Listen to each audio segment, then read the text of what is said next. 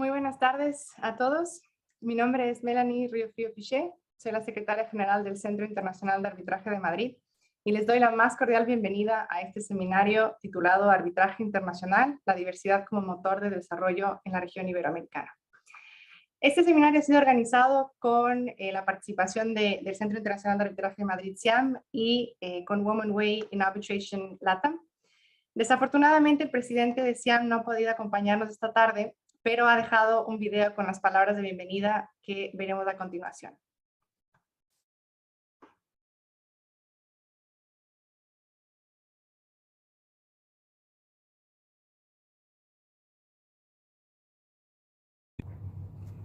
Buenos días, buenas tardes a quienes asisten a este evento de CIAM y del Women Way in Arbitration Latinoamérica.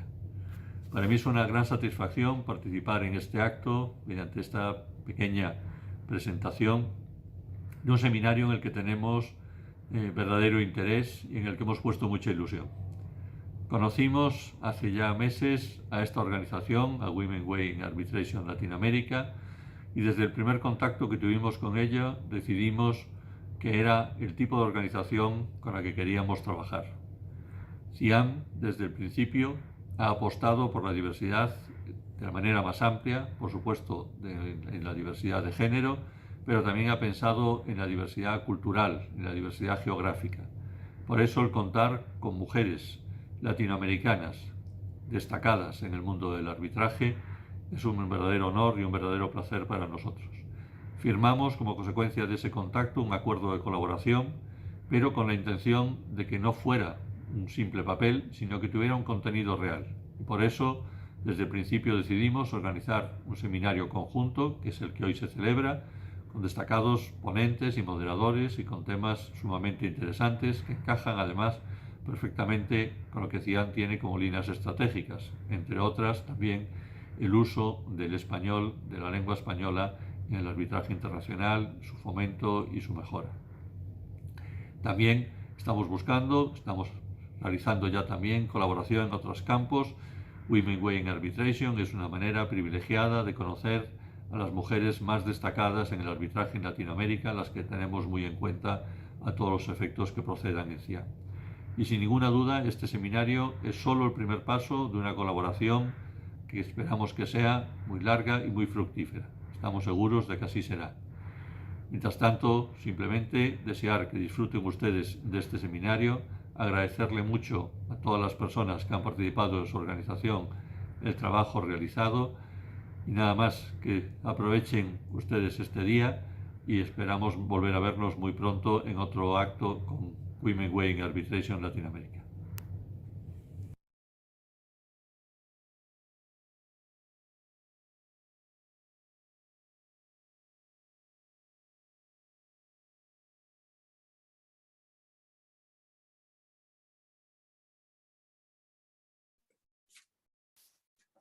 Buenas tardes a todos, soy María Inés Corrá, cofundadora y directora de Women Way in Arbitration LATAM. Como saben, Women Way nació hace solo 3 años con una misión muy clara, que es la de promover la mayor participación y el desarrollo de las mujeres latinoamericanas e hispanohablantes en la práctica del arbitraje internacional y fortalecer la diversidad de género y geográfica en esta práctica. En Women Way tenemos la absoluta convicción de que la convergencia de concepciones y la diversidad permiten una mejor resolución de las disputas que involucran partes con diversidad de origen, cultura, lengua, que es lo que sucede por definición en el arbitraje internacional. Women Way y CIAM comparten no solo esta visión, sino también raíces culturales y lengua. Esto nos ha permitido encontrar con mucha rapidez un amplio espacio de trabajo conjunto y es lo que nos ha movido a celebrar el acuerdo de cooperación institucional. En Women Way también estamos convencidas de que el mejoramiento de la práctica y que los cambios se logran con acciones concretas. Factum non verba, decía mi padre que es ingeniero. Creemos que es necesario en este sentido retomar con mucha fuerza el impulso de las acciones concretas para incorporar el valor de la diversidad en nuestra práctica y también para entender su necesidad para asegurar la legitimidad, la sustentabilidad y la calidad en el desarrollo y en la evolución de este sistema. Una mesa de excelentes colegas, todos ellos referentes del arbitraje internacional e hispanohablantes, van a debatir sobre estas cuestiones y las acciones que se pueden adoptar y que es beneficioso adoptar en esta dirección. La mesa la van a dirigir Patricia Sainz y Juan Manuel Marchand. Patricia actúa regularmente como árbitro, tanto en procedimientos domésticos como internacionales, es profesora de arbitraje comercial y arbitraje de inversión, es miembro de la Corte de la CCI en representación de España y officer de diversidad e inclusión del Comité de Arbitraje de la IVA. En el caso de Juan Manuel, también muy conocido por todos, es socio de Pérez Bustamante y Ponce en Ecuador, actúa como árbitro en procesos locales e internacionales, es profesor de arbitraje en diversas universidades locales, es también vicepresidente del Comité de la CCI Capítulo Ecuador, es officer del Comité de Pobreza y Desarrollo Social de la IVA, y es tesorero y miembro del board de la Asociación Latinoamericana de Arbitraje, ALA. Entonces, con muchísima alegría, le damos espacio y el micrófono a Patricia y Juan Manuel para comenzar esta mesa de conversación. Muchísimas gracias. Muchísimas gracias a todos. Muchas gracias a Women Way in Arbitration y a CIAM por la invitación y gracias a los fantásticos panelistas que tenemos hoy. Efectivamente es un tema importantísimo y así lo acredita el que hace 20 años no se hablara de esta cuestión y hoy día es una cuestión que está muy presente en conferencias como esta, en universidades, en firmas de abogados, en instituciones, ¿no? Es una cuestión que realmente demuestra lo mucho que hemos avanzado como comunidad en relación con esta cuestión. Tengo el placer de por primera vez actuar como comoderadora en un panel y tengo el honor de compartir ese rol con mi buen amigo y colega Juan Manuel Marchand, a quien seguro ya conocen todos, así que vamos a estar comoderando este panel. Y por supuesto, si tienen preguntas, por favor no duden en ponerlas en el chat y nosotros al final de la presentación daremos un espacio para preguntas y respuestas por parte de los moderadores. Y sobre todo los panelistas, perdón. Voy a presentar rápidamente a dos de nuestros panelistas. Juan Manuel presentará a otros dos. Os quiero presentar, aunque no necesitan presentación, a Andrea Hulbert. Andrea es socia fundadora de Hulbert Bolio Montero, actúa como árbitro en procesos locales internacionales y como mediadora, y es profesora universitaria en Derecho Internacional y Contratos Internacionales. Y os presento también, aunque todavía no está con nosotros, pero se unirá en breve, tengo entendido, a Eduardo Zuleta, a quien de nuevo todos conocen, árbitro y abogado de parte, con una extensísima experiencia en arbitraje y literatura internacional, ha sido vicepresidente de la Corte de la CCI y es árbitro CIARI designado por el Gobierno de Colombia. Así que le paso la palabra a Juan Manuel, que seguirá con las presentaciones. Muchísimas gracias.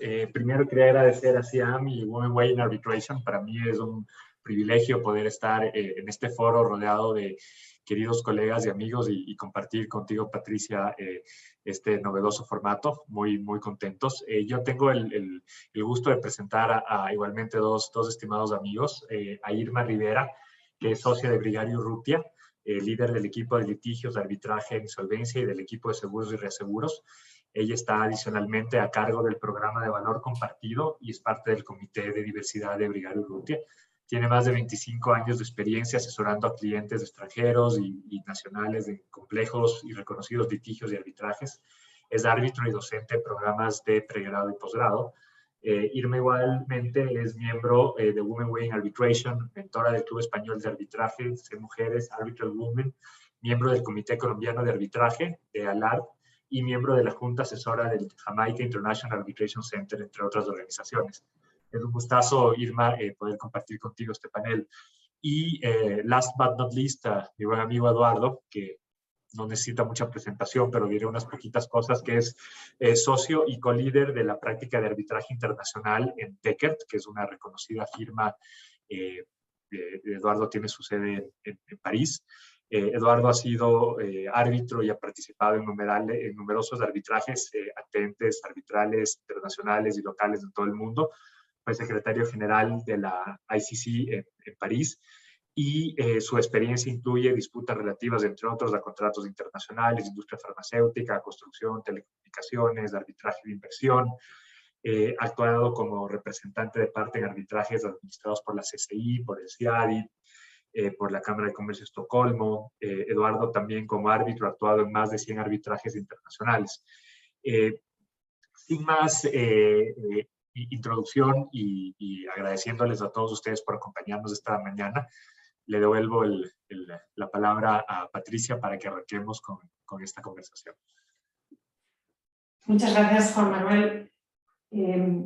Empezamos con la sesión y realmente a mí me gusta marcar estas discusiones sobre diversidad en relación con la legitimidad del sistema, ¿no? Es un tema que ha mencionado María Inés en su introducción. Hay una máxima que es que para que el usuario del arbitraje, el adjudicado, sienta que el proceso es legítimo, tiene que verse representado en el cuerpo que lo está adjudicando. Entonces, la primera pregunta, y sobre todo por esa necesidad de enmarcar la discusión en este contexto, no es solamente un tema de equidad hacia las minorías, que por supuesto también es un tema que hablaremos más adelante, pero la legitimidad del proceso arbitral y la sostenibilidad del arbitraje como mecanismo de resolución de disputas, íntimamente vinculada a esa diversidad en el cuerpo de adjudicadores. Así que mi primera pregunta es para Eduardo, y la pregunta es si consideras que esa diversidad es necesaria para esa legitimidad. ¿Qué opinas? Muchas gracias, Patricia, y antes de intentar responder a tu pregunta, también quería agradecerle muy especialmente a Women's Way in Arbitration LATAM y al CIAM por la gentil invitación a participar en un foro sobre un tema que me parece supremamente importante. Yo quisiera decir de manera preliminar que el tema de la diversidad, como quizás es obvio, pero vale la pena siempre recordarlo, no es un tema del arbitraje o del arbitraje internacional. La problemática de la diversidad es un problema social muy serio y va más allá de lo que nosotros hacemos y más allá de nuestro oficio. Desde esa perspectiva, siempre cuando se habla de diversidad, también me gusta recordar algo que no debemos olvidar, y es que quizás el mundo del arbitraje internacional es de los que más defiende la diversidad. Basta con ver quienes estamos en la pantalla en este momento. Basta con ver cómo están conformados nuestros equipos para darnos cuenta de que ya hay una importante diversidad en el arbitraje internacional. Entonces, un primer punto que yo siempre creo importante subrayar es que no se trata de incluir diversidad en el arbitraje internacional, sino de reforzarla mucho más, porque falta mucho por hacer, como creo vamos a discutir en el día de hoy. Lo que me parece muy importante ya para responder directamente a tu pregunta es que cuando se unen diversidad y legitimidad dentro del discurso sobre el arbitraje, se está creando una nueva teoría sobre el arbitraje internacional que no existía antes. Antes, la legitimidad del arbitraje se planteaba solamente con relación al reconocimiento que los estados hicieran de este mecanismo de resolución de litigios. Hoy, por ejemplo, se está diciendo que el arbitraje no es legítimo, es decir, no va a sobrevivir como mecanismo jurídico de resolución de litigios si no se reúnen ciertos elementos esenciales. El reconocimiento de los estados sigue estando allí, pero además de ese elemento se incluye la diversidad, se incluye la transparencia, se incluyen ciertos estándares éticos. ¿Y cuál es la fundamentación de esta nueva teoría o de este nuevo discurso que se está utilizando en el arbitraje internacional? Es, como ya lo mencionabas, Patricia, que la diversidad hace parte de esa confianza necesaria para que el arbitraje siga siendo escogido como resolución de litigios.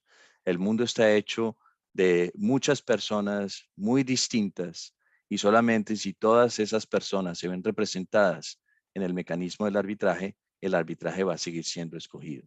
Y por eso creo que es nuestro deber defender todo lo que podamos la idea de la diversidad en el arbitraje para incrementar esa confianza en el sistema. Muchas gracias, Eduardo. Juanma, todo tuyo. Perfecto. Yo tenía una primera pregunta para Irma y un poco para arrancar esta interacción.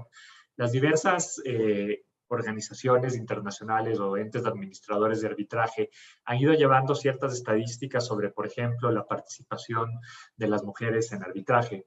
Y un poco preparando para este panel, con Patricia encontramos que las estadísticas de la CCI del año 2015 reportaban que las mujeres representaron el 10% de todos los nombramientos y confirmaciones hechas por la Corte. Se reporta que las mujeres son más frecuentemente nombradas como coárbitros, un 43%, que como árbitros únicos, un 32%, o presidentes del tribunal, el 25%. Desde esta estadística han pasado ya 7 años. ¿Crees que estos números han cambiado? En tu práctica, ¿qué has podido evidenciar como árbitro, como parte? ¿Cómo ha evolucionado esto? Y si tú ves más diversidad, tal vez no solo de mujeres, pero de regiones, en edad de árbitros y demás. ¿Cómo has podido ver esta problemática? Pues muchísimas gracias por la pregunta y además quiero desearles a todos unos muy buenos días, buenas tardes y buenas noches, dependiendo de donde estemos. Y gracias por generar estos espacios y por la invitación.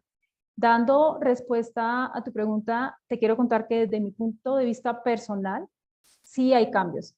Y para mí el cambio más importante que se ha dado es algo que está sucediendo a partir del 2015, 2016, con iniciativas que han generado que justamente se hagan mediciones y mediciones que permitan tomar decisiones y hacer planeación estratégica para reforzar aquellos aspectos de la diversidad, no solamente en el campo de las mujeres que nos está ocupando, digamos, y a los que se refieren estas estadísticas, sino en muchos aspectos. Yo creo que antes del 2015 y 2016, si bien existía algún tipo de medición, no había un foco y más allá de que no existiera un foco o que se encontrara uno de esas mediciones en un punto específico donde las pudiera analizar y revisar, varios operadores las hacían, pero por ejemplo el esfuerzo que hizo la CCI para hacerlas públicas nos dio toda una visión distinta en donde nos permite trabajar para mejorar. Yo creo que, y empezando con este aspecto que me parece importante, yo tengo un colega que dice que para que algo se pueda mejorar debe ser susceptible de medirse y con base en esa medición tomar decisiones.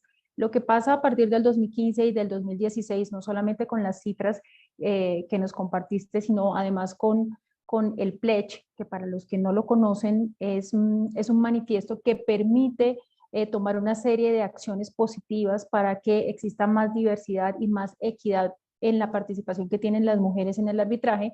Es esa cantidad de información que ya es posible revisar, sí muestra una mejora en la participación de las mujeres en el arbitraje. Aquí, revisando un poco esas cifras que mencionan, a mí me llama la atención la diferencia que existe entre las cifras que se derivan de la designación que hacen los operadores o los centros de arbitraje de mujeres para ser parte dentro de esos trámites arbitrales. Si uno observa esas cifras, han avanzado en algunos casos, uno podría decir que podría estar casi duplicando lo que inicialmente se daba en el 2015, pero cuando hacemos la revisión de las cifras relacionadas con aquellas designaciones que provienen de las partes o que provienen de los coárbitros, las cifras son un poco menos buenas, sin que no hayan aumentado, porque sí han aumentado. Yo creo que además existen iniciativas bien interesantes como el informe que se publicó por el Consejo Internacional para el Arbitraje y la Corte Permanente de La Haya en el 2020. Y lo que yo creo que ha sucedido después de 7 años de estas primeras cifras del 2015 es que han cambiado positivamente las estadísticas y además yo creo que en este punto en particular el trabajo que han hecho los operadores, un ejemplo de ello es que hemos sido invitados por un operador de arbitraje muy internacional para hablar de este tema, para ver cómo podemos mejorar, ha hecho que los cambios se puedan medir y que sean totalmente razonables, aunque yo creo que el aumento en la participación de las mujeres debe ser una parte integral del desarrollo del método alterno de resolución de controversias que todos conocemos como arbitraje. ¿Y por qué me refiero a esto? Y aquí tomo un poco algo que mencionó mi colega Eduardo, y es que yo sí creo que la razón por la que las personas acuden al arbitraje es porque el arbitraje les genera confianza. Y yo creo que la diversidad lo que está haciendo es reconocer algo que es propio de los seres humanos. No creo que es reconocer algo que está con nosotros y que simplemente al ser tan obvio en ocasiones olvidábamos. Y cuando estaba revisando, digamos, las estadísticas en varios operadores internacionales son interesantes y han aumentado en cuanto a la participación de las mujeres. Tenemos cifras en aumento de participación de mujeres en la CCI, en la Corte de Londres, en el Centro de Arbitraje de Singapur. Y cuando vamos a los centros latinoamericanos que pues están muy cerca del área en donde yo permanentemente trabajo, hemos visto avances bien interesantes en Perú, en Brasil, en Ecuador, y además nuevamente se están haciendo mediciones para identificar en dónde están esas falencias. Yo creo que desde una perspectiva más cercana, cuando yo inicié mi práctica profesional, las mujeres que trabajábamos en temas de arbitraje nacional y de arbitraje internacional el número era mucho menor. Es más, si damos un paso más atrás, alguien que podríamos decir que puede ser algún primo lejano del arbitraje como es el litigio, no era un área de práctica en donde se esperaba ver a mujeres, pero eso ha cambiado con el paso de los tiempos y eso lo están reflejando las cifras. Yo quisiera tocar un tema que creo que es importante y creo que vamos a conocer esos resultados de estos números yo creo que este año o en el año siguiente, y es cómo el COVID ha afectado la participación de las mujeres en el arbitraje, si ha hecho que esas cifras disminuyan, si se han mantenido, y en países en donde, por ejemplo, el arbitraje en el momento duro de la pandemia no paró, sí incrementó la participación. Yo estoy muy atenta a resultados, a data que podamos analizar, porque aunque esta situación afectó al mundo, yo creo que las cifras van a demostrar que la afectación puede ser diferente dependiendo del lugar geográfico en donde nos encontremos. Creo, para cerrar mi respuesta para mí es muy importante que ya existan cifras, que esas cifras se puedan analizar, que esas cifras sean positivas. Seguramente con el paso de los años, en la medida en que más mujeres sigan este camino del arbitraje, sigan preparándose y además tengan el espacio para ejercer su profesión, yo creo que vamos a llegar a niveles superiores en porcentaje de participación y creo que es un trabajo de todos. Muchas gracias, oye, excelente. Y lo que tú decías, Irma, sobre el tema de la afectación del COVID a las mujeres en esta área en particular, que parece ser manifiesta, ¿no? Pues, al quedarnos 1 año y medio en casa con los niños y el tema suele ser complejo ese desarrollo, pero estoy de acuerdo contigo. Pasando a lo siguiente, y aquí me permitiré conversar con mi amiga Andrea, ¿hacia dónde crees tú, de la mano de la pregunta que le hacíamos a Irma, que se debe mover la diversidad? ¿Se debe mover hacia más árbitros mujeres, más árbitros jóvenes, mayor representatividad geográfica o de todo un poco? ¿Por dónde crees tú que debería venir el cambio? Muchísimas gracias, Juan Manuel, por la perdón por la pregunta, y nuevamente también deseo profundamente agradecer a Women Way in Arbitration y al CIAM por darnos esta oportunidad. Para responder a tu pregunta, me parece que la inclusión y la diversidad en el arbitraje deben moverse hacia más árbitros mujeres, más árbitros jóvenes y sin lugar a duda mayor representatividad geográfica, es decir, a las tres a las que has hecho alusión. La diversidad en un tribunal enriquece las discusiones, abre las perspectivas y nos permite tener nuevos y diferentes enfoques para las situaciones legales. Y quiero traer aquí un punto de vista un poco distinto a lo que hemos venido hablando, que hemos hablado de la inclusión y la diversidad para dar legitimidad, con lo cual estoy completamente de acuerdo. De hecho, es el pilar, es un pilar fundamental en esto. Pero también se dice, bueno, es para dar oportunidad. Y sí, es para dar oportunidades, pero también la inclusión y la diversidad nos permiten tener una adecuada gestión del conflicto de intereses y una adecuada gestión también de la imparcialidad. Cuanto más grande y nutrido sea el grupo de árbitros disponible por parte de las instituciones que administran los arbitrajes, como en este caso el CIAM, que son el primer referente para las partes y para sus abogados cuando tienen que hacer una designación, a menos de que se trate de partes ya muy sofisticadas que conozcan muy bien el mercado, pero si son actores más nuevos, van a tener una tendencia a buscar a esta lista de primero. Eso se va a traducir automáticamente en más oportunidades para los árbitros y menos posibilidades de situaciones de conflicto de interés que se generan cuando los grupos de árbitros son muy pequeños. También la amplitud, ¿verdad? En la juventud, en las mujeres, en la parte geográfica de procedencia de los árbitros, va a permitir también el adecuado manejo de las necesidades de las partes en ciertos temas. Por ejemplo, hablemos del dominio del idioma del arbitraje o de los idiomas que utilizaron las partes durante la ejecución del contrato que los lleva a ese arbitraje. La disponibilidad de tiempo que tenga ese árbitro para atender el arbitraje que le permita una gestión más rápida y más eficaz. El conocimiento de la materia del contrato y del tipo de controversia. Algo vital, el conocimiento del sistema jurídico y de la hermenéutica jurídica y la ley que rige el contrato, ¿verdad? Métodos, técnicas y conceptos interpretativos de los textos jurídicos que estos árbitros deben tener y que tenemos que pensar en eso a la hora de escogerlos. El entendimiento, y ahora lo mencionaron, de la cultura jurídica de las partes, para que a su vez se comprendan las conductas de las partes, por qué optaron por ese tipo de contrato, qué pasó durante la ejecución del contrato. Y conocer la cultura le permite al árbitro también poder entender el orden público, que es el conjunto de principios que inspiran el ordenamiento jurídico y que son reflejo de los valores esenciales de una sociedad. Entonces, termino diciendo que lograr una diversidad y una inclusión de árbitros en género, en edad y en nacionalidad significa, me parece a mí, una democratización también del arbitraje. Muchas gracias, Andrea, muy interesante. Patricia, por favor.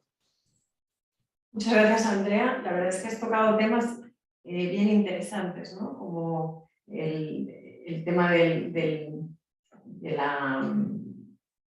la gestión que se puede hacer del conflicto de interés cuando se expande el pool de los árbitros.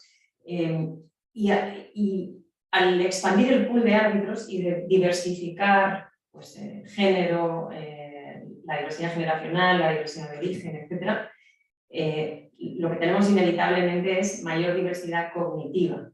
Y aquí hago alusión a otro comentario que se ha hecho en la introducción, que es que la diversidad mejora la calidad de las decisiones, ¿no? Y hay toda una línea de pensamiento que sostiene que esa diversidad cognitiva ayuda a pues evitar ciertos sesgos en la toma de decisiones o ciertos errores, como por ejemplo el pensamiento grupal, que es la tendencia que puede tener determinadas personas a coincidir con otros miembros del grupo, y cuanto más homogéneo es ese grupo, mayor tendencia hay a coincidir. Entonces, esta es una pregunta para Irma.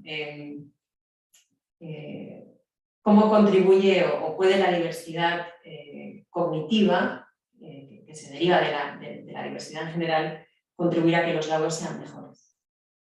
Pues mira, muchísimas gracias por la pregunta. Yo creo que hay un tema que en ocasiones se pasa por alto y es que el derecho es una ciencia social que básicamente toca personas y cuando estamos hablando del arbitraje como método de resolución de controversias, tenemos una serie de controversias que tienen que ser resueltas y que tienen que ser resueltas a través de laudos. Lo que se busca al final es que todo ese producto de tanto trabajo y esfuerzo, no solamente del tribunal, sino de las partes, produzca un resultado que es el laudo y que ese laudo sea acatado voluntariamente cuando la parte lo respeta o si no, que pueda ser ejecutado forzosamente o sobreviva a un eventual recurso extraordinario en contra de la existencia del laudo per se.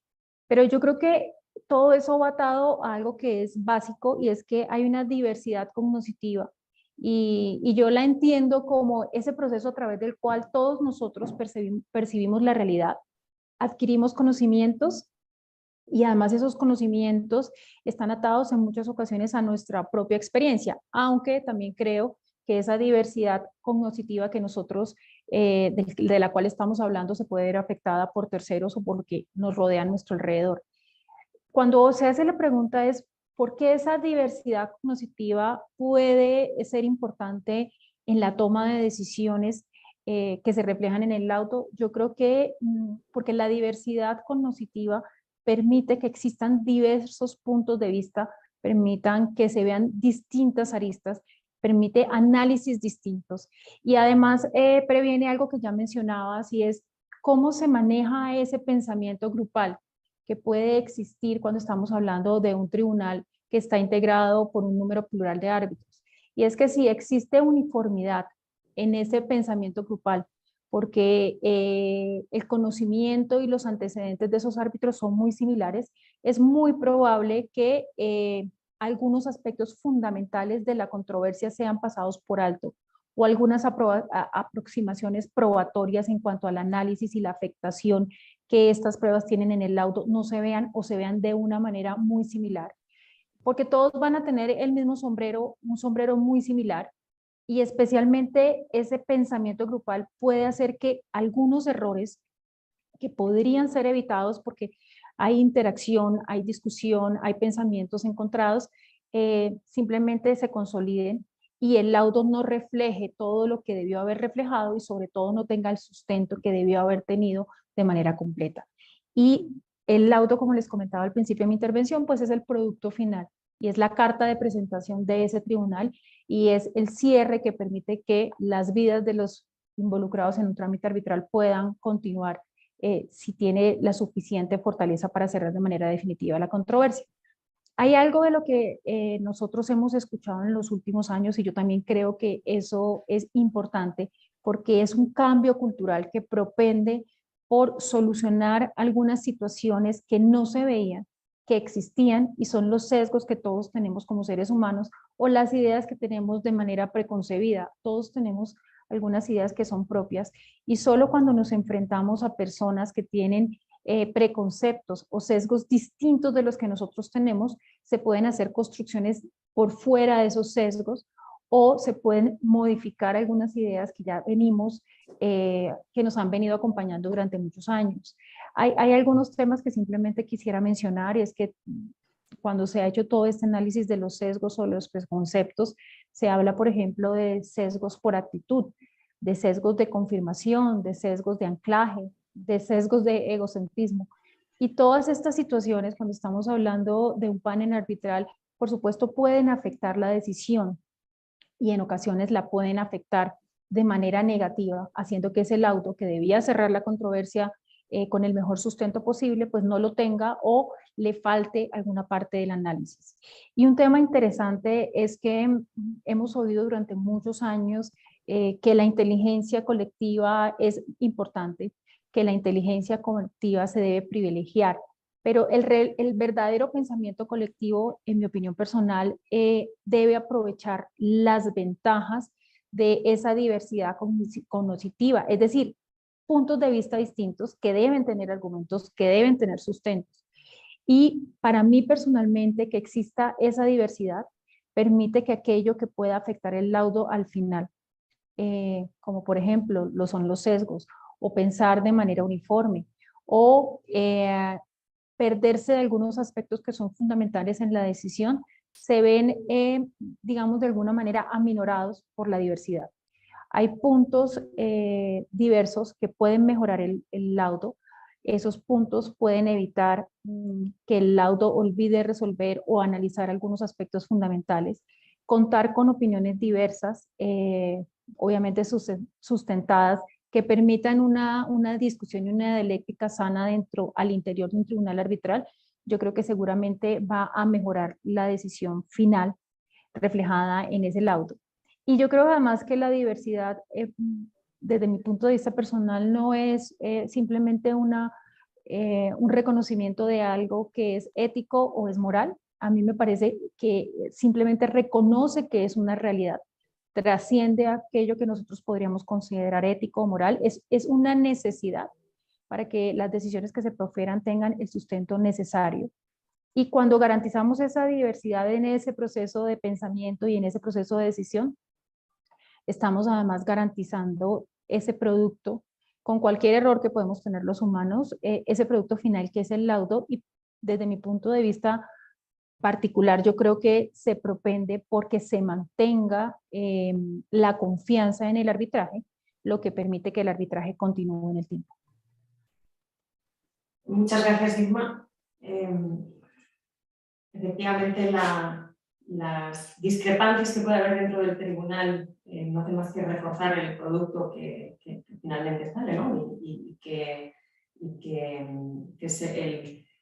es un ejercicio muy sano el tener distintas opiniones, como decías, muy bien sustentadas, y que eso nutra y enriquezca el producto del tribunal. Así que aprovecho y doy la bienvenida a Eduardo Zuleta, que veo que se ha conectado. Muy buenas, Eduardo. Hola, Patricia. Buenas tardes, buenos días. Buenas tardes, buenos días. Te hemos presentado ya, pero llegas a tiempo precisamente para una pregunta que sigue un poco en la línea de lo que comentaba Irma, que es esa diversidad cognitiva que es fruto de la diversidad de género, generacional, geográfica, etc. Tú la has visto en la práctica, tienes mucha experiencia en tribunales más homogéneos y otros más heterogéneos. ¿Cómo lo has visto reflejado, esa diversidad cognitiva? Yo creo, coincido con la aproximación que hace Irma en el sentido de que si hay una diversidad que implique un pensamiento colectivo igual, claramente se pueden discutir ideas diferentes, hay aproximaciones distintas. Ahora, la pregunta es esa diversidad, ¿dónde está? ¿Y dónde se consigue? ¿Y cómo se consigue? Primero, creo que es importante a veces que haya una diversidad cultural. Y cuando hablo de cultural, no solamente entender uno la cultura propia, sino otras culturas.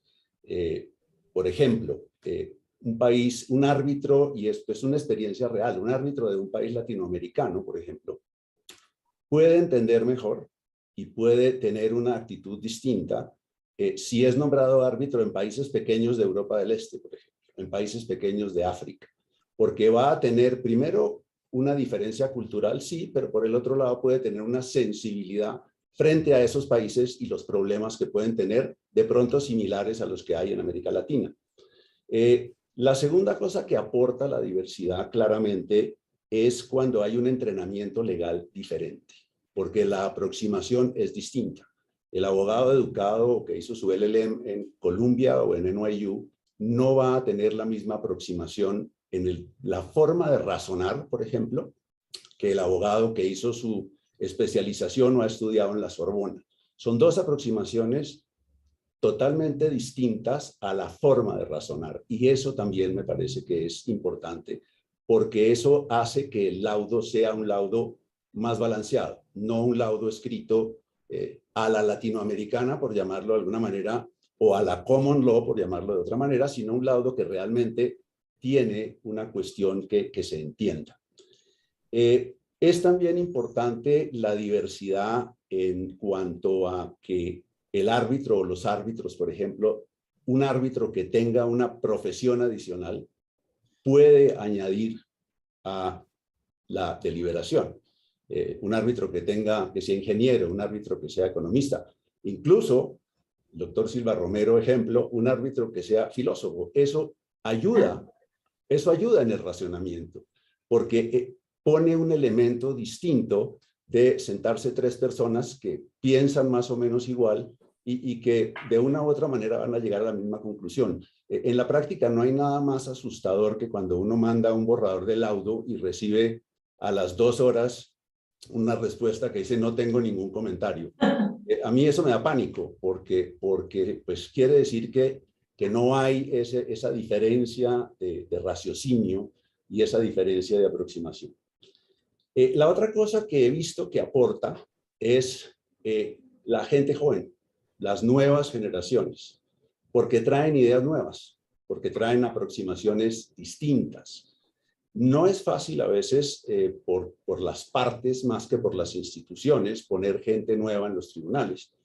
Pero sí hemos tenido la experiencia, creo que todos, por ejemplo, de 2 coárbitros experimentados que nombran a una persona joven como presidente en un caso. Y lo llevan, a mí me pasó eso y tengo que contar esa anécdota.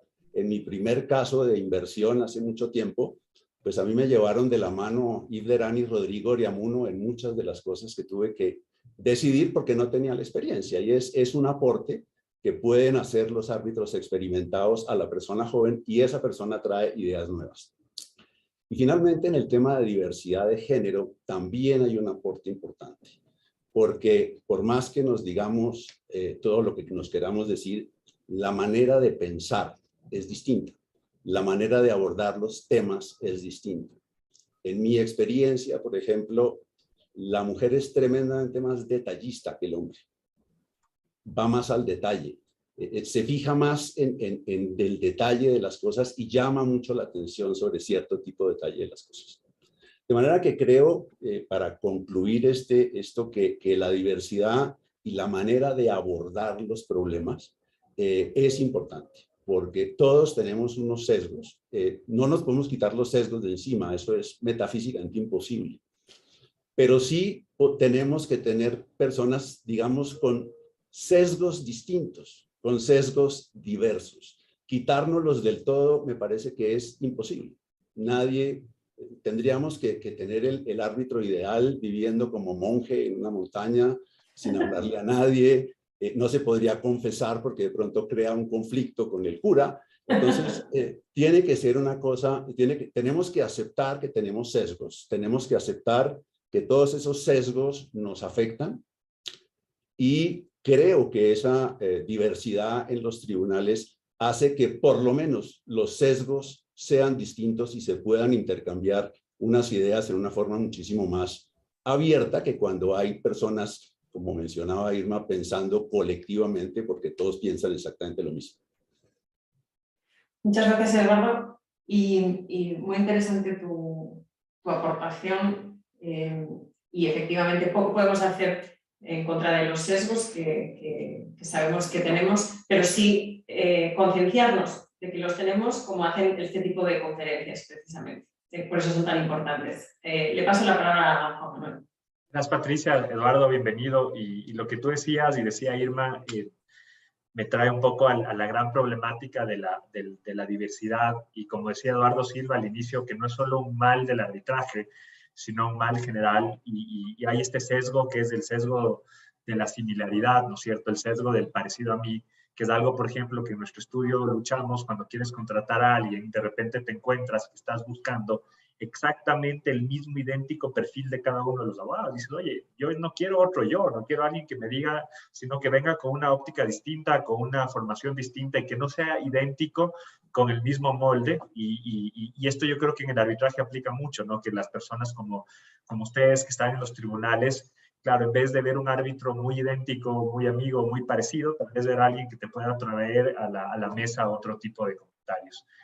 Pero siguiendo con el tema, y lo que va de la mano, Eduardo Zuleta, te quería hacer una pregunta. Se ha hablado mucho de que ha habido siempre este círculo en el arbitraje, de este Magic Circle, y obviamente diera la impresión de que este sistema priva a los usuarios de las verdaderas ventajas de tener un arbitraje diverso e inclusivo. En el arbitraje de inversión, por muchos años, terminabas tú siempre viendo a los mismos árbitros del lado del inversionista, del lado del Estado, y eso como que ya no aportaba en nada. No sé cómo ves tú esta problemática. Yo cuando vi la pregunta, y por eso quise abordarla, se me presentaron varias preguntas. Primero, ¿qué es el círculo mágico? ¿Cuál es ese círculo mágico de árbitros? Y si ese círculo mágico se define por edad, por experiencia, si eso es un grupo fijo o es un grupo que ha evolucionado, y por qué se elige determinado número de árbitros. Yo creo que el tema del círculo mágico de árbitros es una cuestión que se está acabando poco a poco. Si yo me siento 20 años atrás, yo también miraba un círculo mágico, porque yo estaba fuera de ese círculo mágico. Y probablemente a Eduardo le pasaba exactamente lo mismo. Entonces, es un círculo que de alguna manera evoluciona. Es un círculo que cada vez evoluciona más rápido, porque cada vez hay más gente joven preparada para hacer arbitraje. Muchos de los que entramos al arbitraje por otras razones distintas del arbitraje, por accidente. El caso mío porque me llamó el departamento de litigio porque nadie hablaba inglés y por eso terminé metido en un arbitraje. Pero hoy en día hay una situación mucho más profesional. Hay gente mucho más preparada en arbitraje realmente. Gente mucho más preparada en temas de derecho sustantivo del arbitraje. Gente muy preparada, por ejemplo, en temas de inversión. Y cuando hablo de temas de inversión, hablo de derecho internacional público, derecho administrativo, el llamado, entre comillas, derecho de las inversiones. Entonces, creo que el círculo mágico es una cosa de la que se habla mucho, pero no creo que exista tanto. Creo que ha evolucionado. Y les repito, si yo me paro hace 20 o 25 años, hace 20 años, el círculo mágico, de ese círculo mágico, hoy quedan 3 o 4 personas, 5 personas. Muchos se han retirado, otros lamentablemente no están con nosotros, pero además ha ingresado una cantidad importante de gente. Si ustedes ven las estadísticas del CIADI, por ejemplo, en términos de edad, van a ver que hay una cantidad de gente nueva que no estaba en arbitraje de inversión.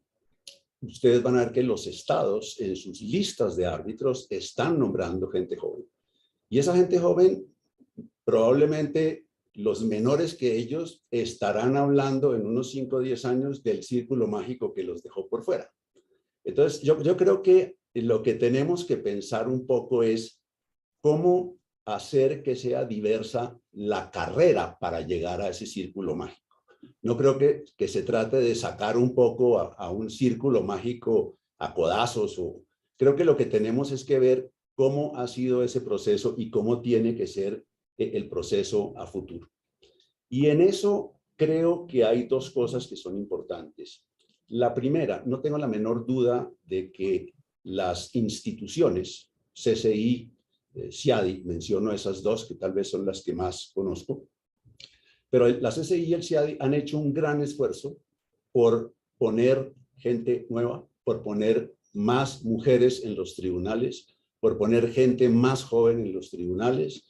Eduardo lo sabe, por ejemplo, árbitros de emergencia que nombra la CCI, normalmente es gente nueva, normalmente es gente muy joven. El CIADI, por ejemplo, tiene una manera de dar acceso que es, por ejemplo, en los comités de anulación, nombran un presidente con experiencia, una persona que de pronto tiene menos experiencia y una persona que es su primer caso. Y es una manera de dar acceso. Pero la otra pregunta es, ¿cómo hacemos para que los clientes no piensen en ese círculo mágico? Y eso es un poco más difícil, porque es que la labor de las instituciones, dentro de la labor de las instituciones está hacerle seguimiento a potenciales árbitros. Los ven en sus escritos, los ven en conferencias, los ven actuando, pero la labor del cliente no es esa. El cliente no está siguiendo árbitros. El cliente necesita un árbitro que le resuelva un problema Y probablemente si es una persona que entra por primera vez a un arbitraje, que nunca ha tenido un arbitraje, o si es un arbitraje multimillonario, va a decir, yo quiero una persona con experiencia. Y eso es una cosa muy difícil de cuestionar. Entonces yo creo que lo que se puede lograr, y las instituciones lo están logrando, es darle acceso a gente nueva. Y que los clientes se acostumbren a dar acceso a gente nueva va a depender mucho en el futuro de la cuantía de los reclamos, de la importancia de los reclamos y del conocimiento que se tenga, y aquí quiero hacer un énfasis muy importante, del conocimiento que se tenga de la gente que está trabajando. Porque es que hay abogados que están trabajando y no los ven, y hay abogados que no están trabajando y están dictando conferencias permanentemente y entonces los ven. Creo que ahí tenemos que hacer una distinción, porque hay abogados que están trabajando y creo yo que se tendrían que hacer más visibles.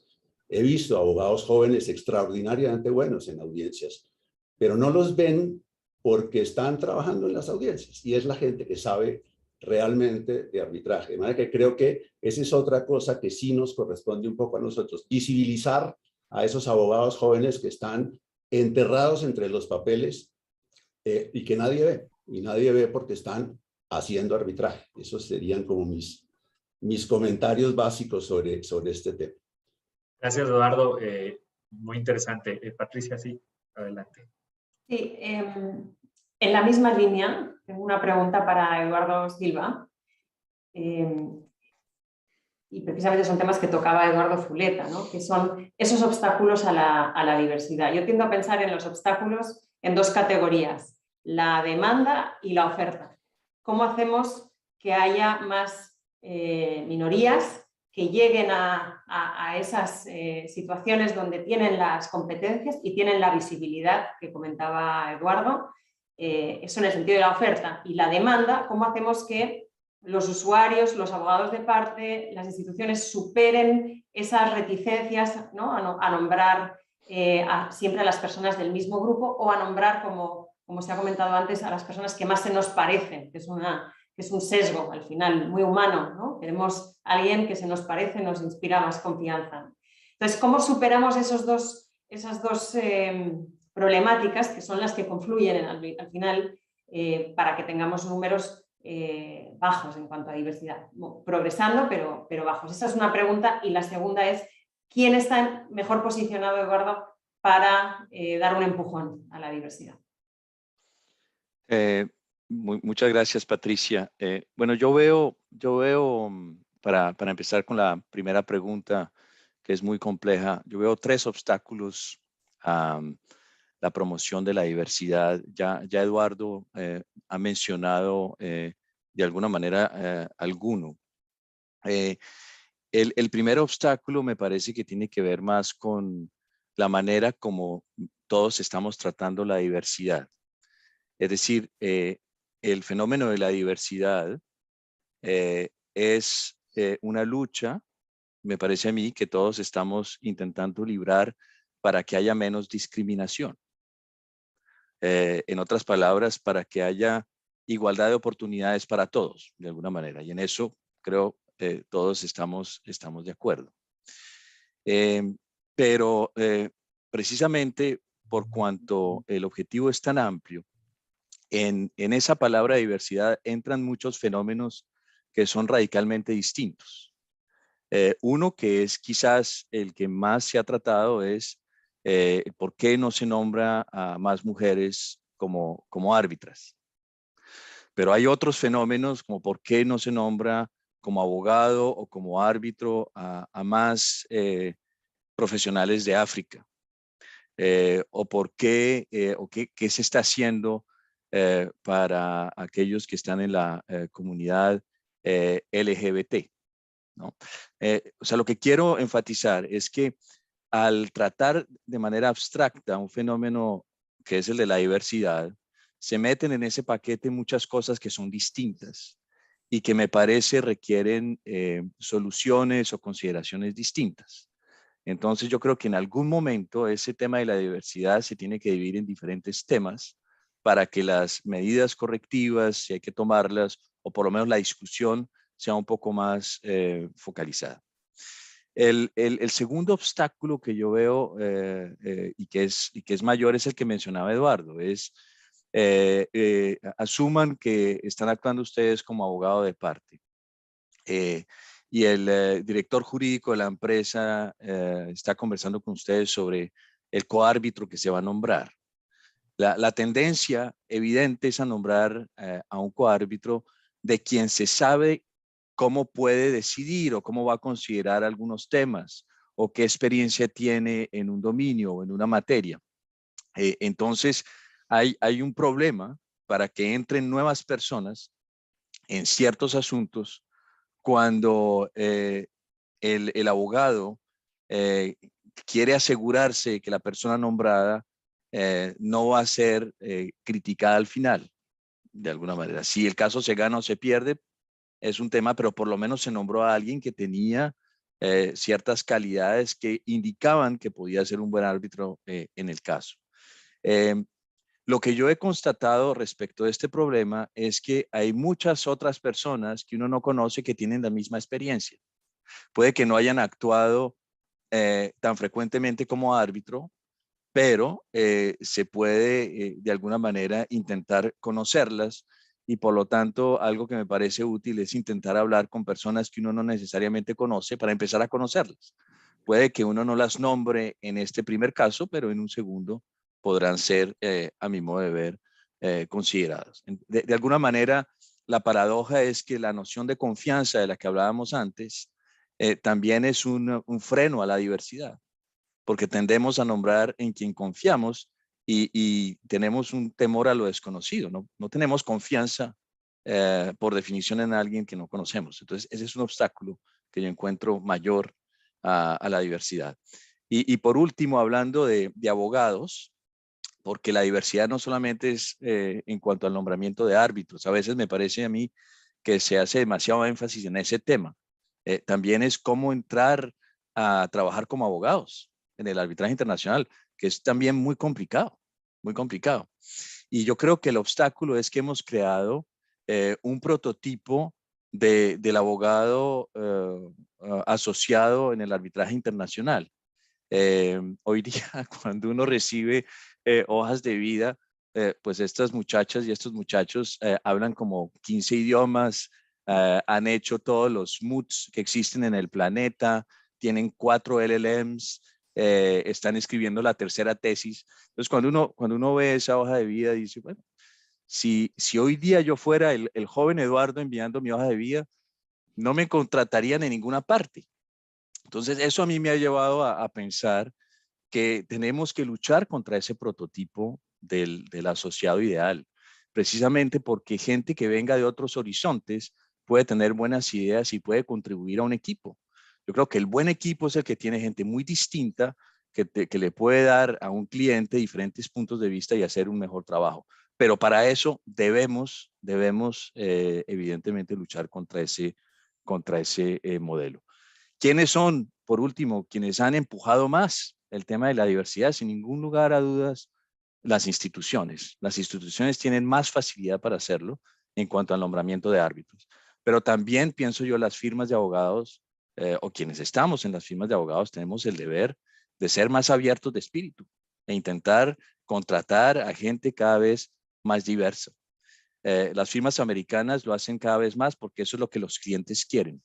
Yo creo que tenemos que hacerlo más bien porque ese es un valor en el que todos creemos y que es importante para la sociedad. Muchas gracias, Eduardo. Le paso la palabra a Juan Manuel. Gracias, Patricia. Y siguiendo con este interesante diálogo, yo tenía una pregunta para Irma. Sabemos, y creo que es un consenso y se ha ratificado por todos los que estamos en este foro y en general, de que la diversidad en el arbitraje llegó para quedarse.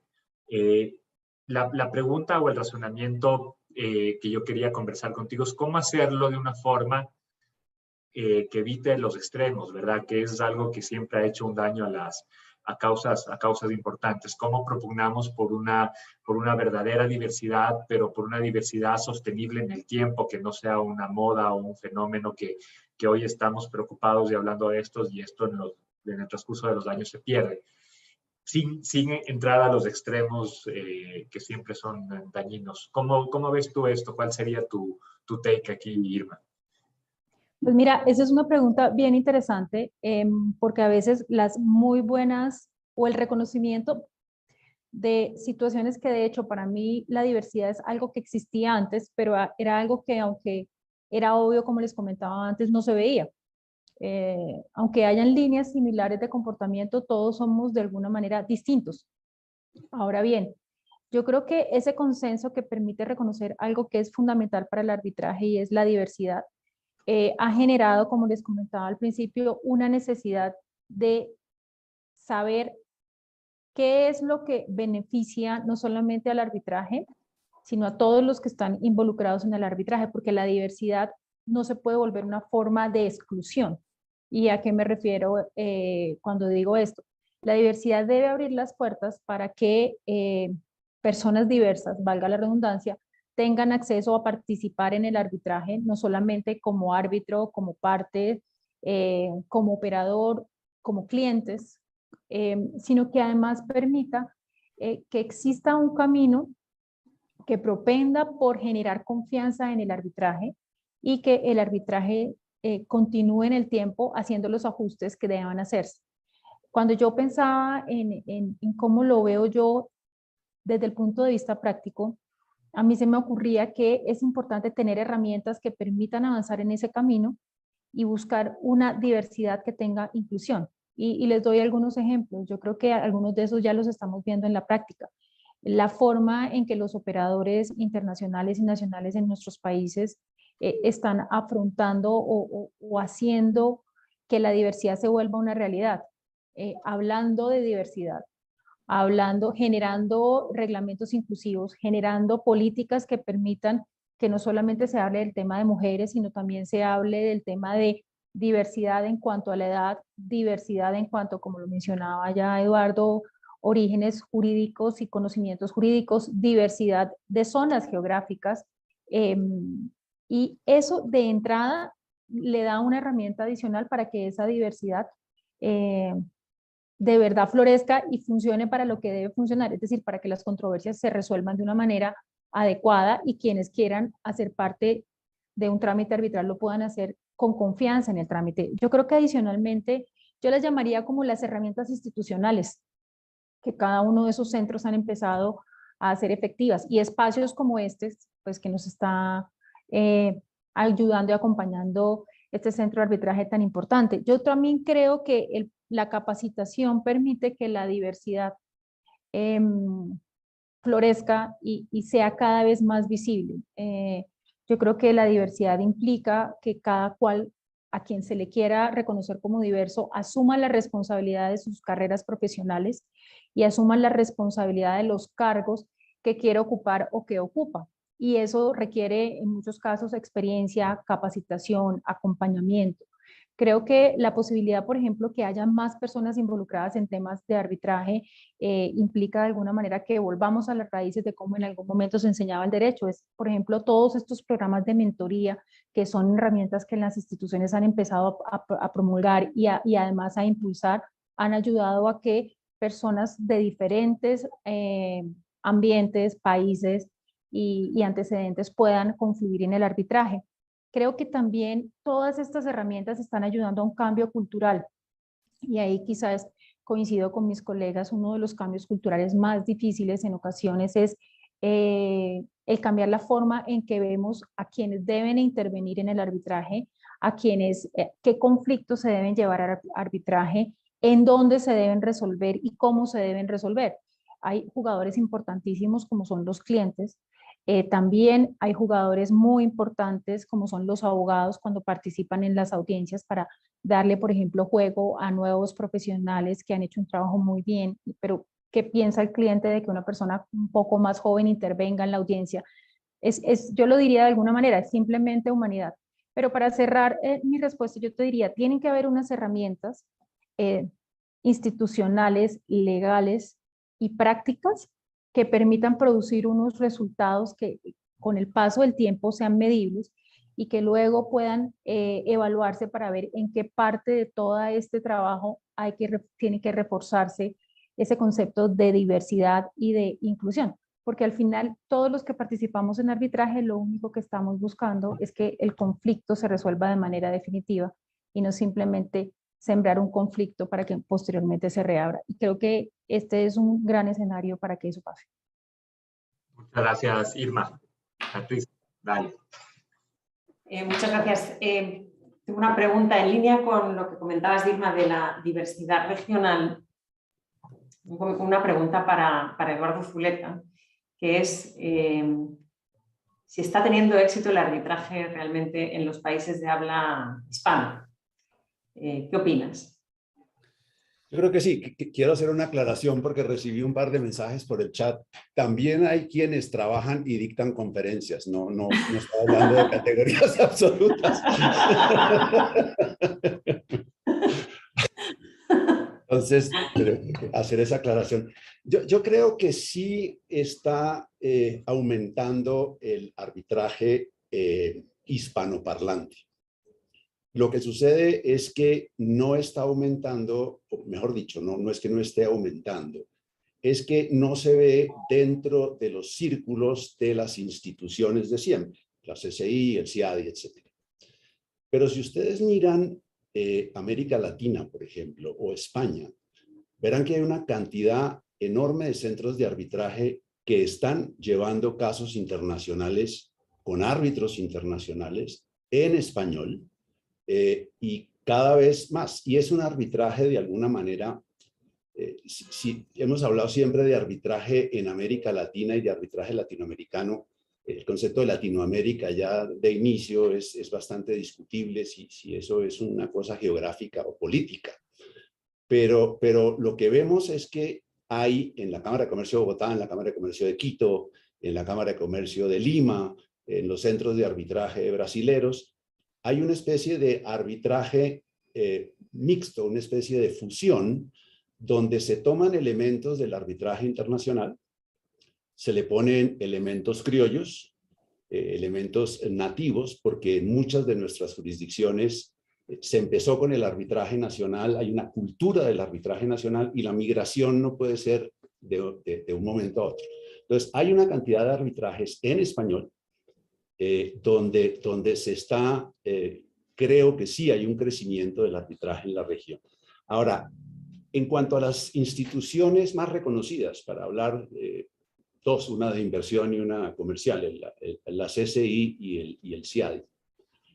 El tema del español y de los arbitrajes en español está influido por muchas cosas, pero muchas veces el arbitraje no se lleva en español por los abogados, porque los abogados quieren que el arbitraje se lleve en inglés porque ese es su idioma, pese a que todas las partes hablen español, a que los documentos estén en español y a que el caso sea un caso de derecho civil, pero por alguna razón ve uno con mucha frecuencia que los abogados, yo tuve un caso que fue lo más increíble del mundo entero, un inversor europeo y un estado latinoamericano.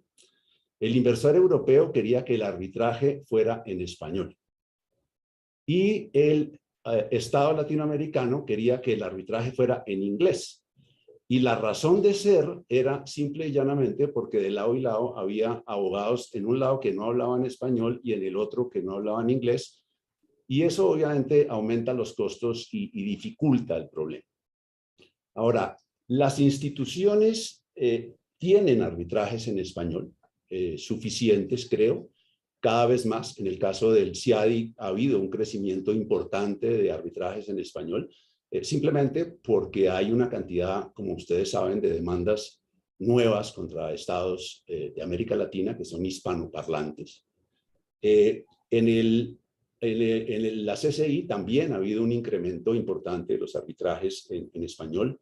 Mirando rápidamente una estadística, el 13% de los árbitros designados por la CCI o por las partes o dentro del arbitraje CCI, el 13% eran abogados latinoamericanos. Si a eso le sumamos los abogados españoles, estamos hablando casi de un 20% de abogados hispanoparlantes. Ahora, la estadística que es muy difícil de conseguir es abogados hispanoparlantes que estén en casos en español, porque esa estadística como tal no existe, por lo menos no la he encontrado. Porque hay muchos abogados hispanoparlantes a quienes designan como árbitros en casos que no tienen nada que ver con América Latina. Yo les ponía el ejemplo, hay una cantidad importante de árbitros latinoamericanos designados en arbitrajes en Europa del Este, porque por alguna razón en Europa del Este se percibe que el latinoamericano puede ser más neutral que un europeo occidental.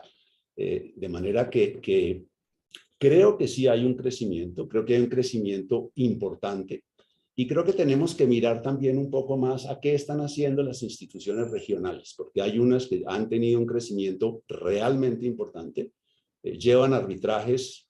El caso de Perú es muy, ustedes saben que en Perú el arbitraje es obligatorio, el arbitraje estatal. Entonces, pues hay una cantidad enorme de arbitrajes, muchos arbitrajes internacionales y todos en español. Y para cerrar, eso también es una manera de acceder a eso que llaman el círculo mágico, como lo quieran llamar. Porque tomando casos de arbitraje como árbitro o como abogado en esos centros de arbitraje, casos de arbitraje internacional, porque hay arbitrajes nacionales que pues uno puede pasarse la vida aprendiendo arbitraje nacional, pero es tan distinto al internacional que no le sirve para nada.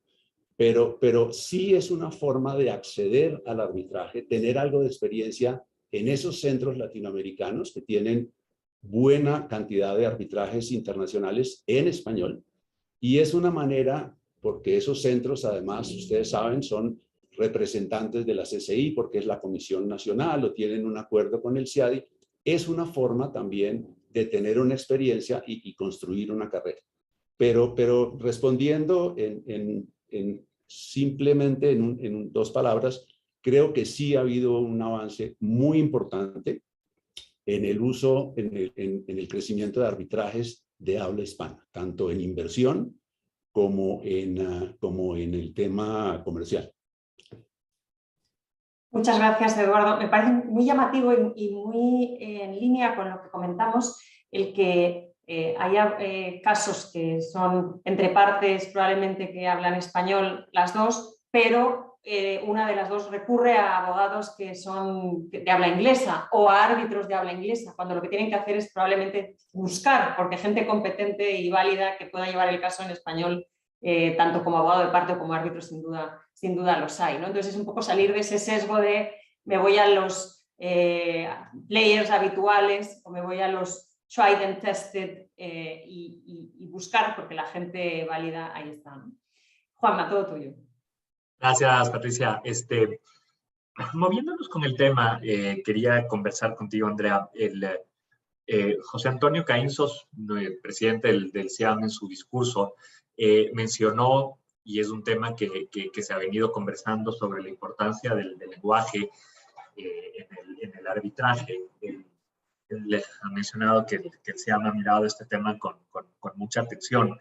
Y no sé cómo has podido tú ver este tema. ¿Qué nos puedes contar desde tu punto de vista sobre el uso del castellano, el uso del lenguaje en el arbitraje? Muchas gracias, Juan Manuel. Bueno, primero yo creo que ya los dos Eduardos me dejaron muy servida la mesa, hablando del arbitraje en español y del arbitraje en América Latina. Pero bueno, si nos centramos en el tema del lenguaje y sin meterme en la filosofía, porque estuve leyendo a Yerin y Savigny, pero no puedo hacer eso teniendo a Eduardo Silva aquí conmigo. El derecho es lenguaje y el derecho usa al lenguaje. Y el lenguaje tiene una función fundamental en la constitución del mundo y del orden social, ¿verdad? Entonces, valga con decir que dominar un lenguaje va a permitir siempre una adecuada percepción de los criterios que son más relevantes para una sociedad, y eso permite también entender los comportamientos de una mejor manera.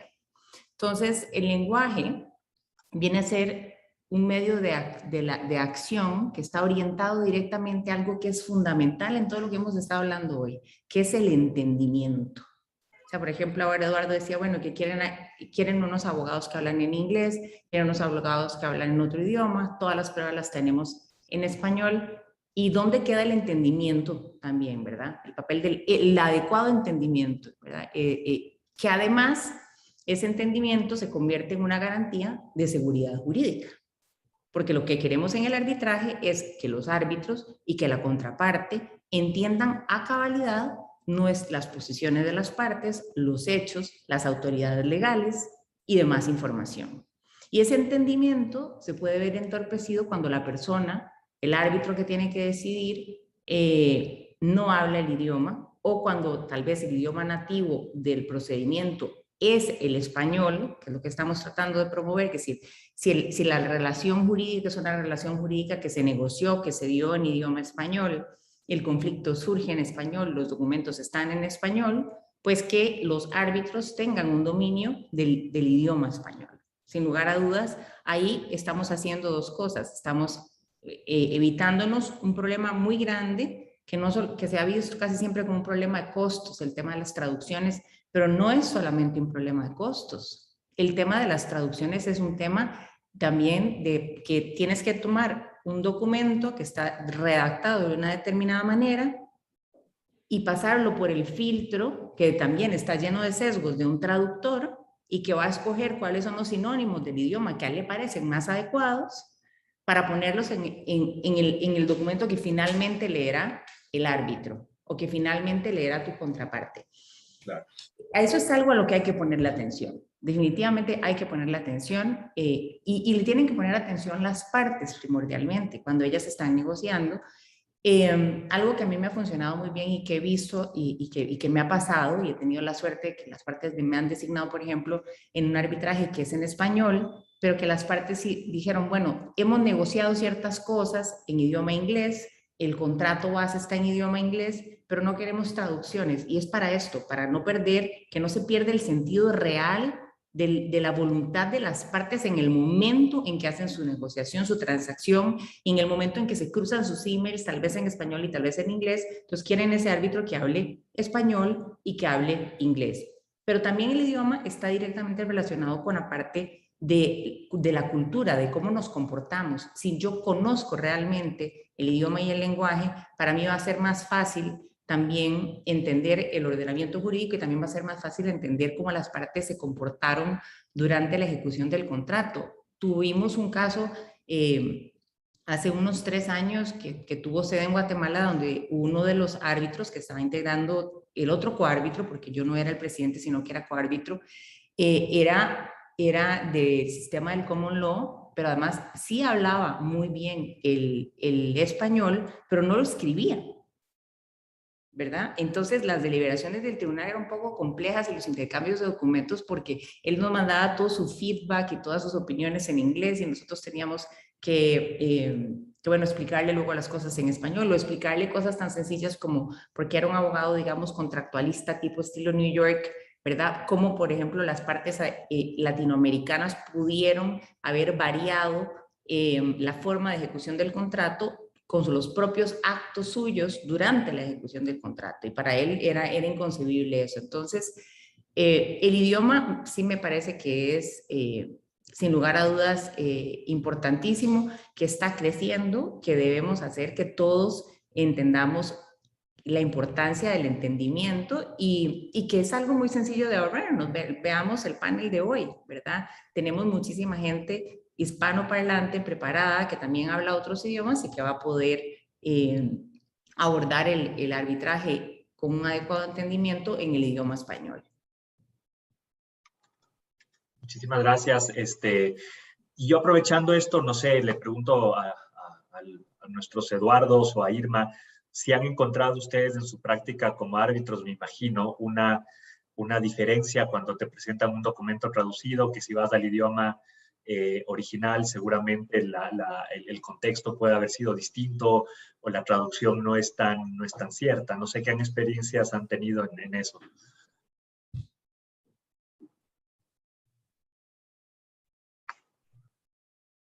Rápidamente, la respuesta es sí. Por mi parte, Juan Manuel, las traducciones a veces no son totalmente correctas y hay todo un debate sobre cuál es la buena traducción.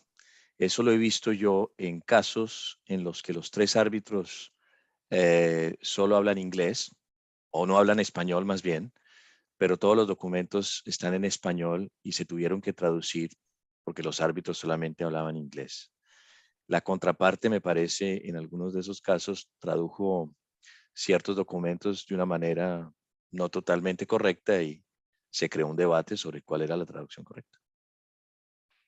Buenísimo, buenísimo.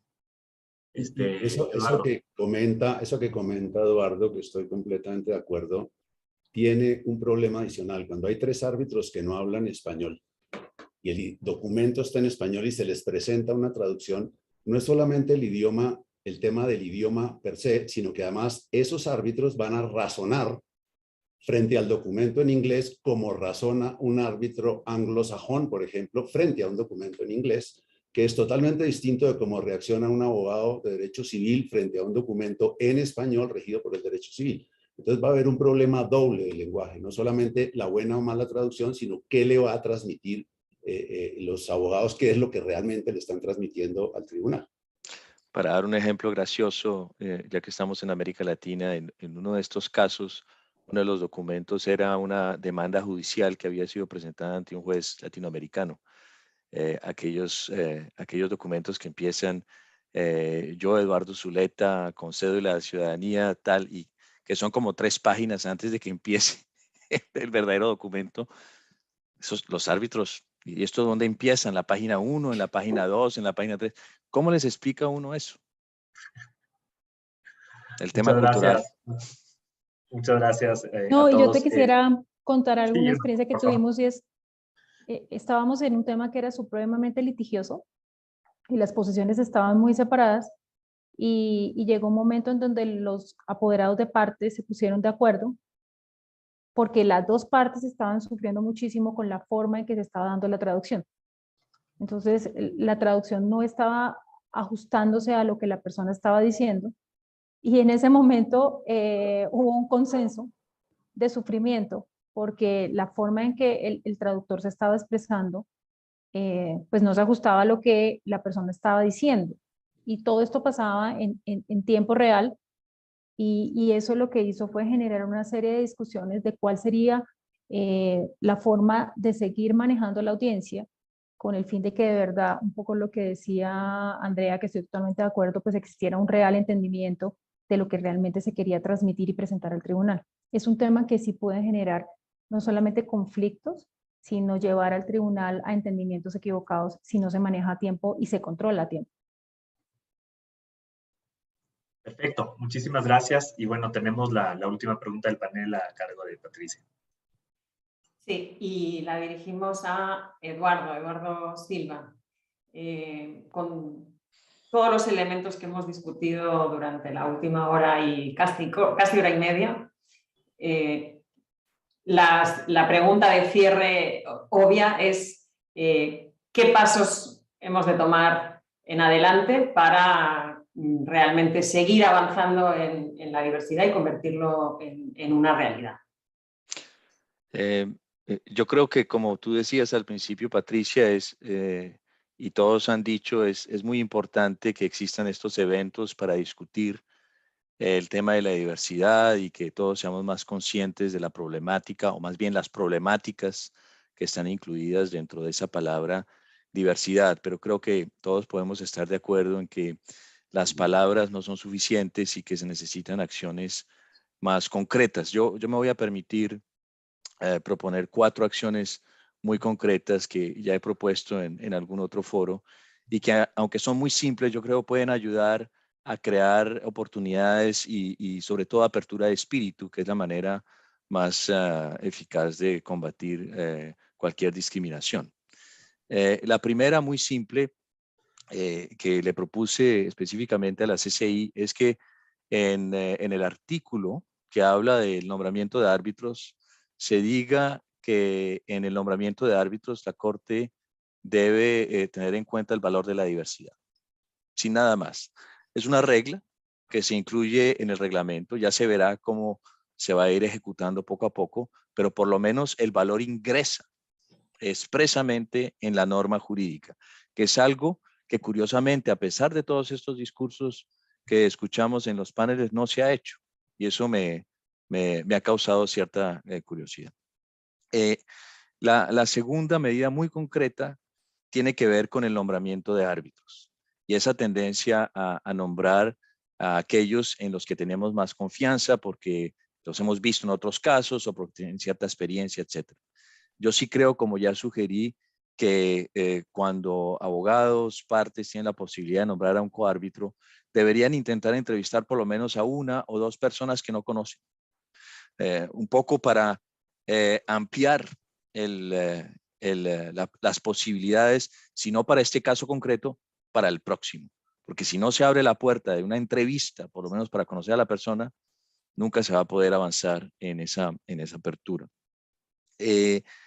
La tercera medida tiene que ver con el ingreso de nuevos abogados a los equipos que trabajan en el arbitraje internacional, que tiene que ver con la lucha contra ese modelo de asociado que hemos creado.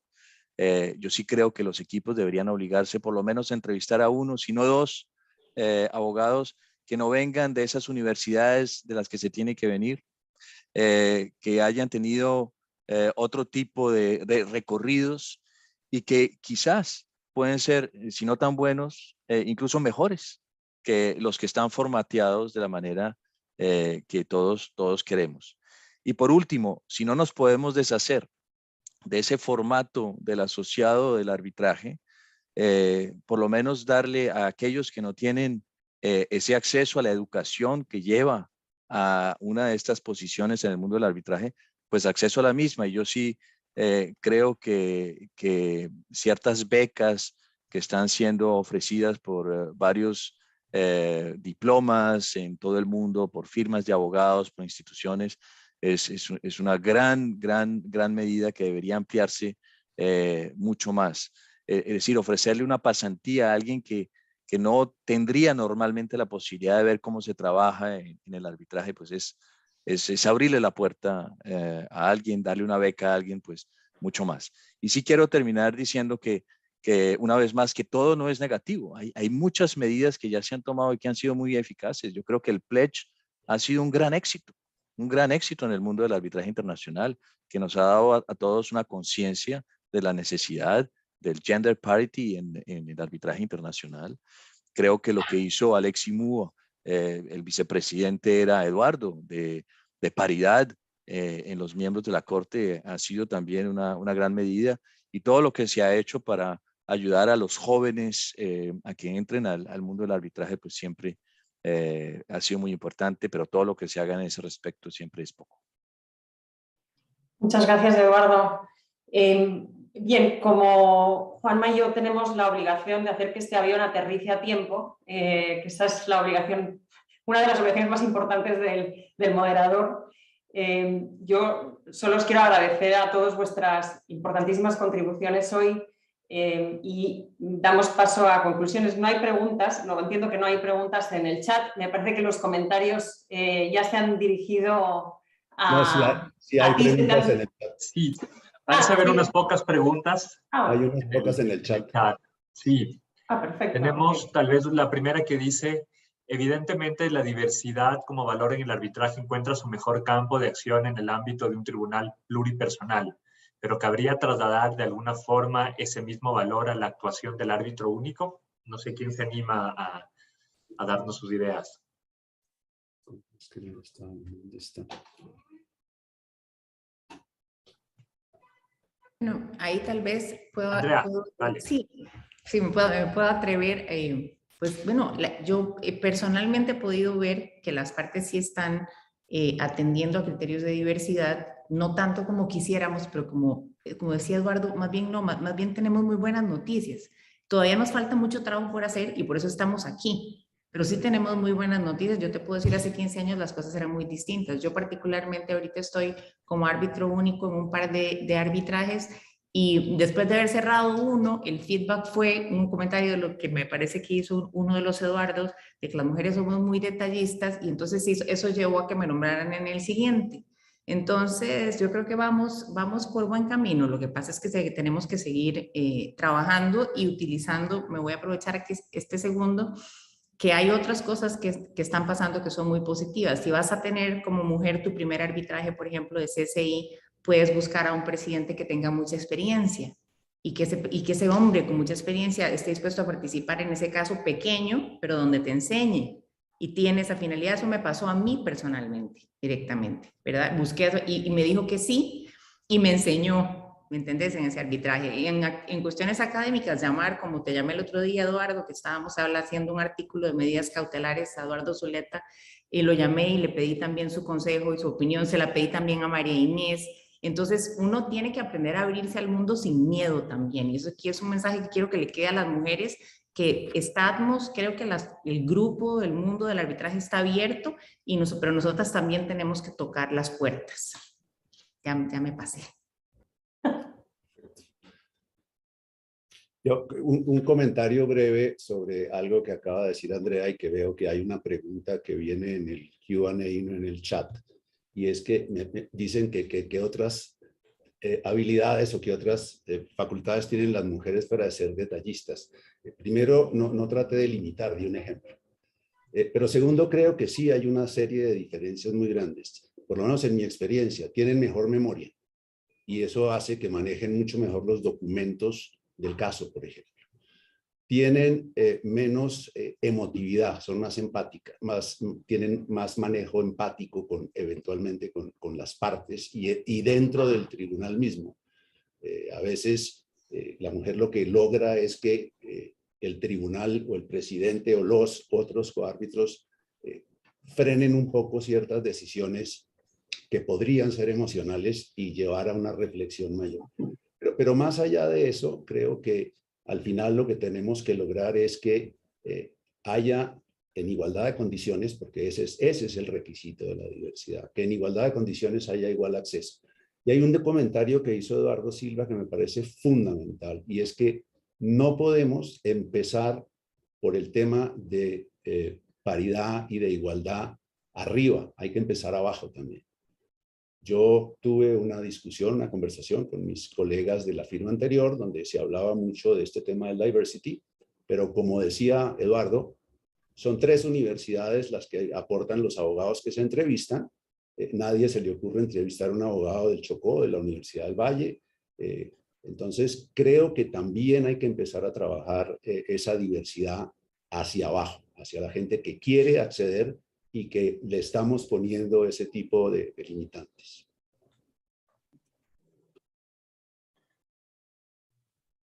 Muchas gracias.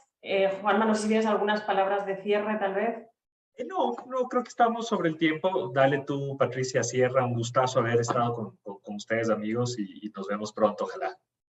Yo os hago 4 reflexiones de comentarios que me han llamado la atención durante la charla. Lo primero es que cada vez tenemos más conciencia de estos problemas, lo cual es esencial para poder progresar. Lo segundo es que la transparencia es esencial para que haya ese accountability, que no tiene buena traducción aquí. El tema del idioma es importante, pero accountability no tiene buena traducción al español, pero efectivamente sin esta transparencia no podemos, es muy difícil exigir que se tomen medidas concretas, que tenemos que concienciarnos todos, tanto los que se sienten afectados como no, porque al final es un tema que va al núcleo de la legitimidad del arbitraje, que hay muchos temas que no hemos podido abordar, como la interseccionalidad, y cuando empiezan a jugar distintas categorías y cómo eso afecta a los candidatos.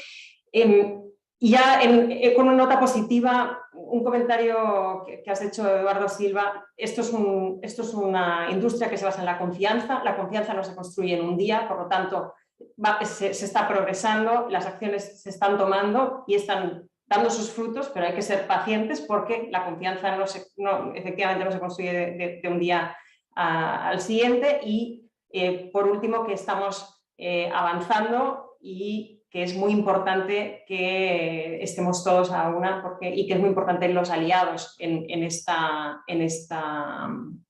batalla, ¿no? Así que esas son las notas que tomé de esta sesión. Muchas gracias a todos y con esto ya me despido también. Ahí para cerrar la dejamos a Vero. Vero, por favor. Bueno, muchísimas gracias. Muchas gracias nuevamente a nuestros excelentes panelistas y por supuesto a nuestros moderadores que han permitido que este no sea un evento más de diversidad. Realmente fue un evento en el que creo que, como decía recién Patricia, reafirmamos y terminamos de cerrar algunos conceptos importantes. Simplemente para poder poner en contexto un poco lo que se ha señalado y para poder dar cierre a este importante evento para Women Way y para el CIAM, hasta hace no muchos años, estoy hablando de 1946, el 35% de la gente en general encuestada en Estados Unidos, unas encuestas que salieron publicadas recientemente en una publicación de la revista Time, en el 1945 el 35% de la población norteamericana encuestada consideraba que los hombres eran más inteligentes que las mujeres. El 43% ya en 1995 consideraba de que la diferencia no era, digamos, así, y que en realidad existía, digamos, no tanta diferencia entre la inteligencia de un hombre y una mujer. Y finalmente hoy, digamos, en el año 2019, que es la fecha en la que se hizo la encuesta, ya el 86% cree que hay una, digamos, igualdad entre la inteligencia del hombre y la mujer. Con esto quiero decir que empezamos con un 35, avanzamos en un 43 y llegamos a un 86% de gente que todavía en esta encuesta nos refleja que piensa que la mujer o el hombre puede ser más o menos inteligente. Y esto es importante porque me parece que a veces uno pierde, ¿no?, la dimensión de las discusiones que se dan en este contexto. Por supuesto, la diversidad tiene distintas aristas, y la primera batalla que se dio fue la batalla del género, ¿no?, la diversidad de género.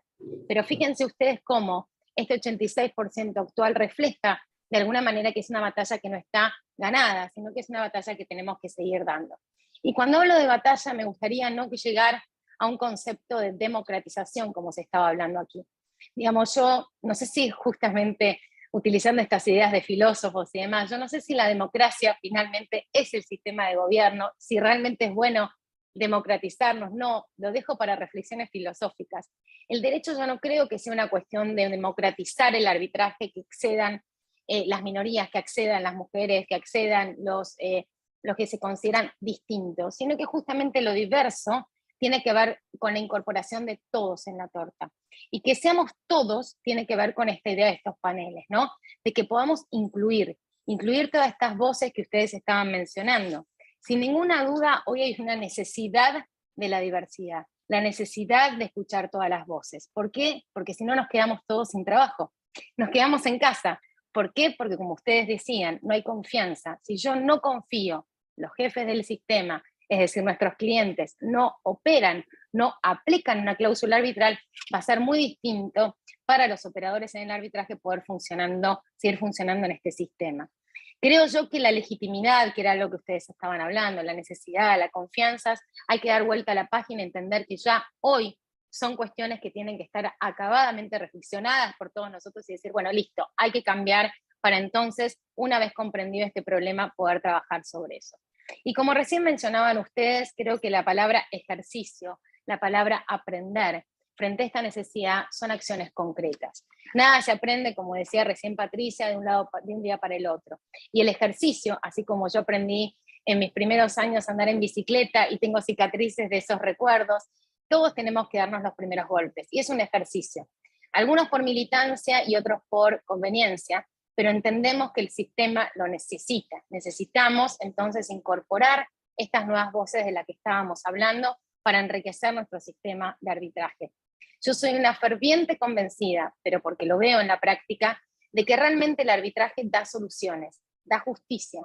Y cuando a mí me dijeron en los primeros años de la carrera por qué estudiaba abogacía, siempre mi respuesta fue, aunque un poco digamos, uno podría decir utópica, era hacer justicia.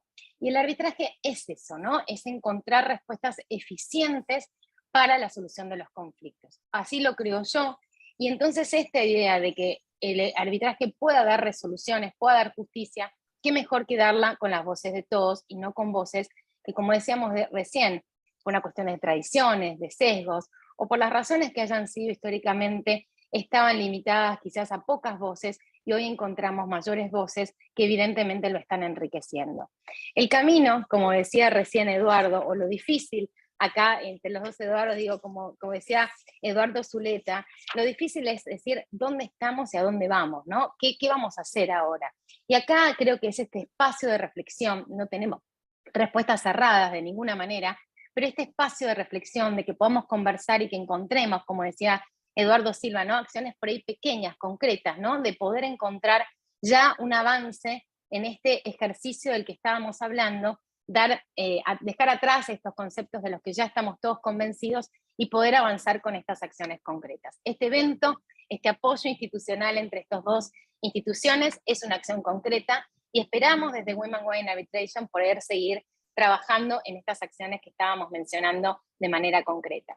Vuelvo a agradecer a todos los aquí presentes, a todos los que nos han acompañado, en particular a todas las miembros del comité ejecutivo que nos acompañaron hoy, veo en particular a María Inés Sola, y también, por supuesto, muchas de las miembros de Women Way in Arbitration, por supuesto a todos los que están aquí acompañándonos, a nuestros miembros del comité honorífico, que también están aquí presentes, a todas las autoridades también del CIAM, y bueno, y esperamos verlos dentro de muy poco, en algún evento físico, o si no, seguir aprovechando de esta virtualidad que nos permite estar todos juntos. Antes de dar las palabras de cierre a cargo de nuestra querida Melanie, simplemente les voy a compartir un pequeño video que desde Women Way preparamos para todos ustedes. Muchas gracias.